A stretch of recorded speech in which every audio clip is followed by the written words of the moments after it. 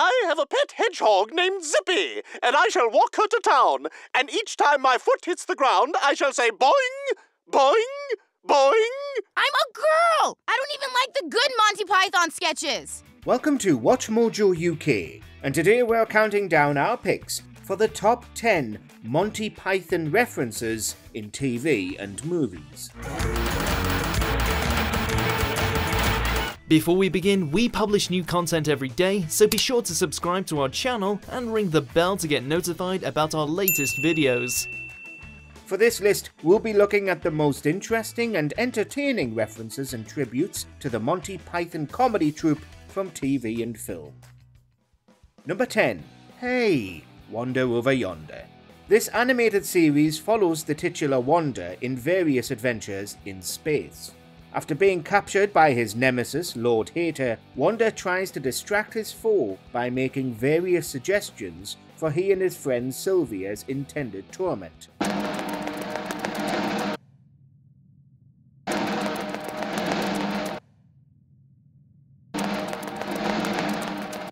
These end up becoming more like a wedding ceremony than traditional torture.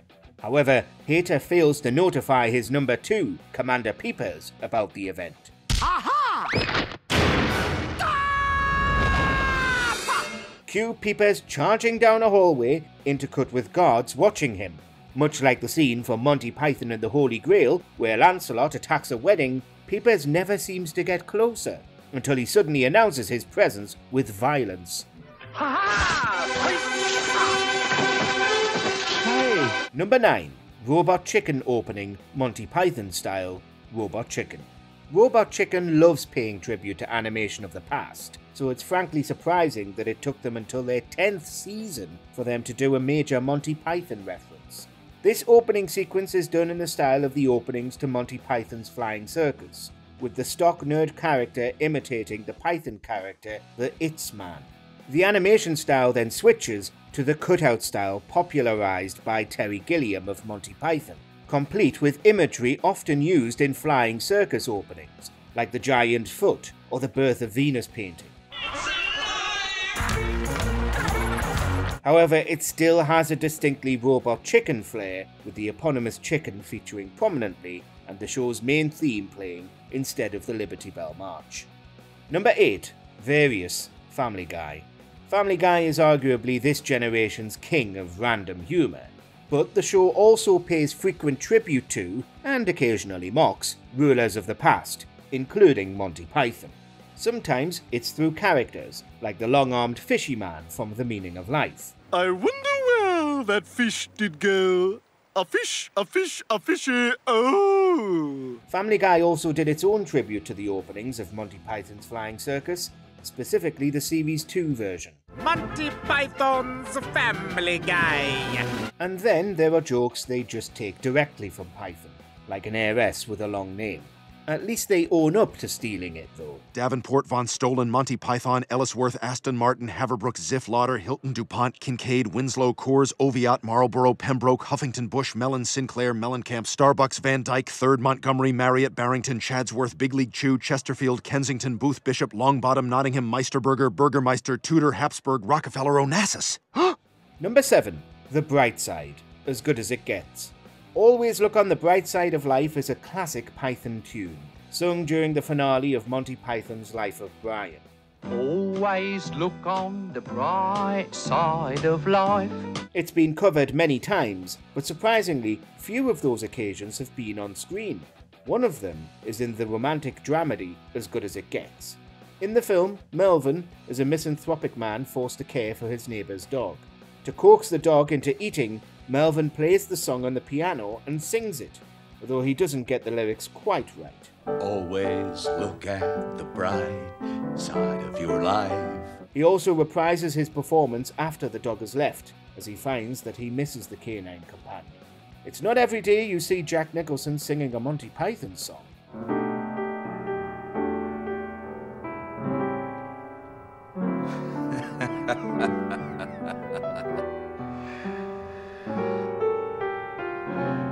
Over a dog.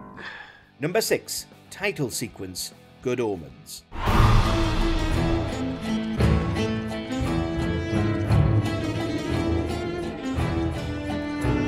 This religious fantasy comedy series takes an irreverent approach to its subject matter, and that starts with its title sequence.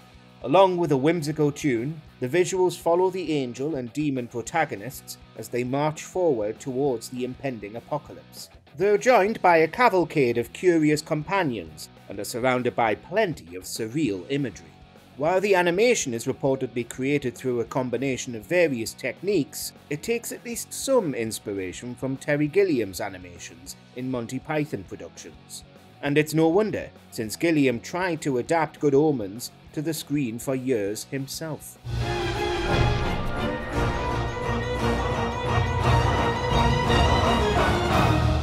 Number 5. Dead Friend Sketch, South Park. Oh yes, the Norwegian Blue. What's wrong with it? I'll tell you what's wrong with it, my lad. It's dead. That's what's wrong with it. Monty Python has been cited as an influence by South Park creators Trey Parker and Matt Stone. While Python has been referenced several times on their show, our choice goes to a more direct tribute the duo created. During the anniversary special, Python Night 30 Years of Monty Python, the South Park creators shared the Dead Friend sketch. Oh yes, the Kenny. What's wrong with him? I'll tell you what's wrong with him, my lad. He's dead! While it starts off as a version of the Dead Parrot sketch, in which Cartman complains about the dead friend Kenny he purchased from Kyle, its ending is quite bizarre. The sketch is interrupted by a cutout of Terry Gilliam, who starts playing with Cartman like a toy, along with other cutouts. How silly. Put me down! Stop that, stop that. Tell this little fat kid to piss off. I'm not fat, I'm big boned. Number 4. Various The Simpsons. With all the animated shows that have referenced Monty Python, it's only natural that the long-running show The Simpsons would get in on it.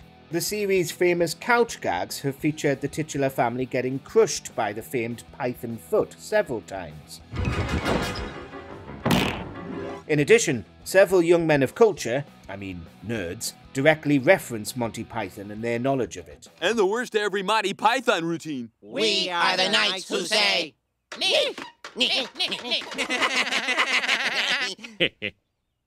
And then there's the time Bart's video game character got his limbs cut off like the Black Knight from Monty Python and the Holy Grail. Monty Python certainly left more than a flesh wound on The Simpsons.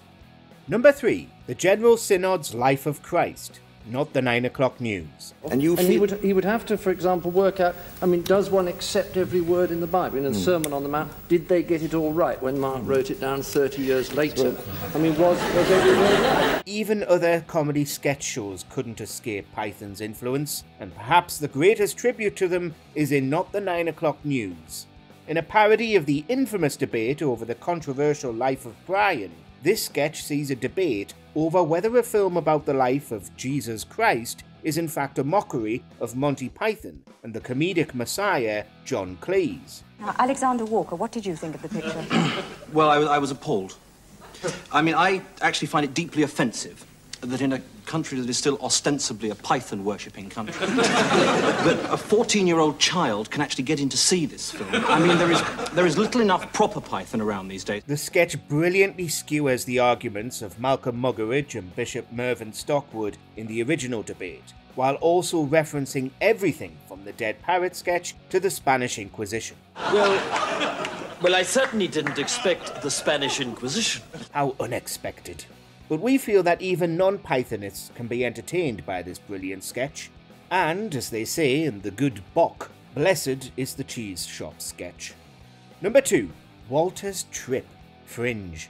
Fringe is a wild sci-fi series in general, but anytime the characters take drugs, which is surprisingly often, it gets even weirder. I love to go wandering. In order to jog his memory, Dr. Walter Bishop takes LSD.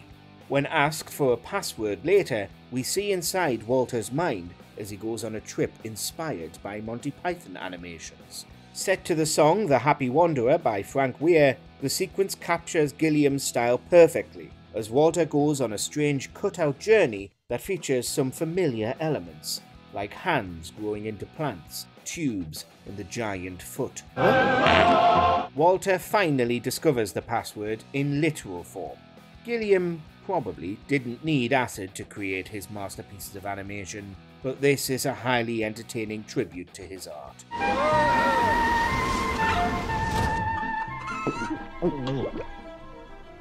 Black Umbrella. Number 1.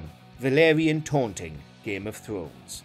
There are actually several Monty Python jokes hidden in this fantasy series. While Davos's pronunciation of knight is decidedly French, you won't be a very good hand if you see the word knight and say curd nigget. A different reference to the same character from Monty Python and the Holy Grail, no less, makes our list. When Daenerys and her allies arrive at the city of Meereen, the city sends out its champion. In addition to a scatological display of disrespect, the champion also yells at them in Valerian.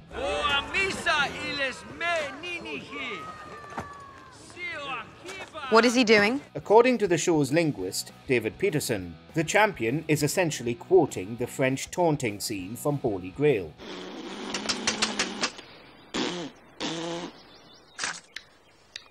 What a strange person. Daenerys may be the mother of dragons, but her own mother was a hamster, and the Mad King was well known for smelling of elderberries. Ignore him, Your Grace.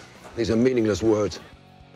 Do you agree with our picks? Check out this other recent clip from WatchMojoUK and be sure to subscribe and ring the bell to be notified about our latest videos.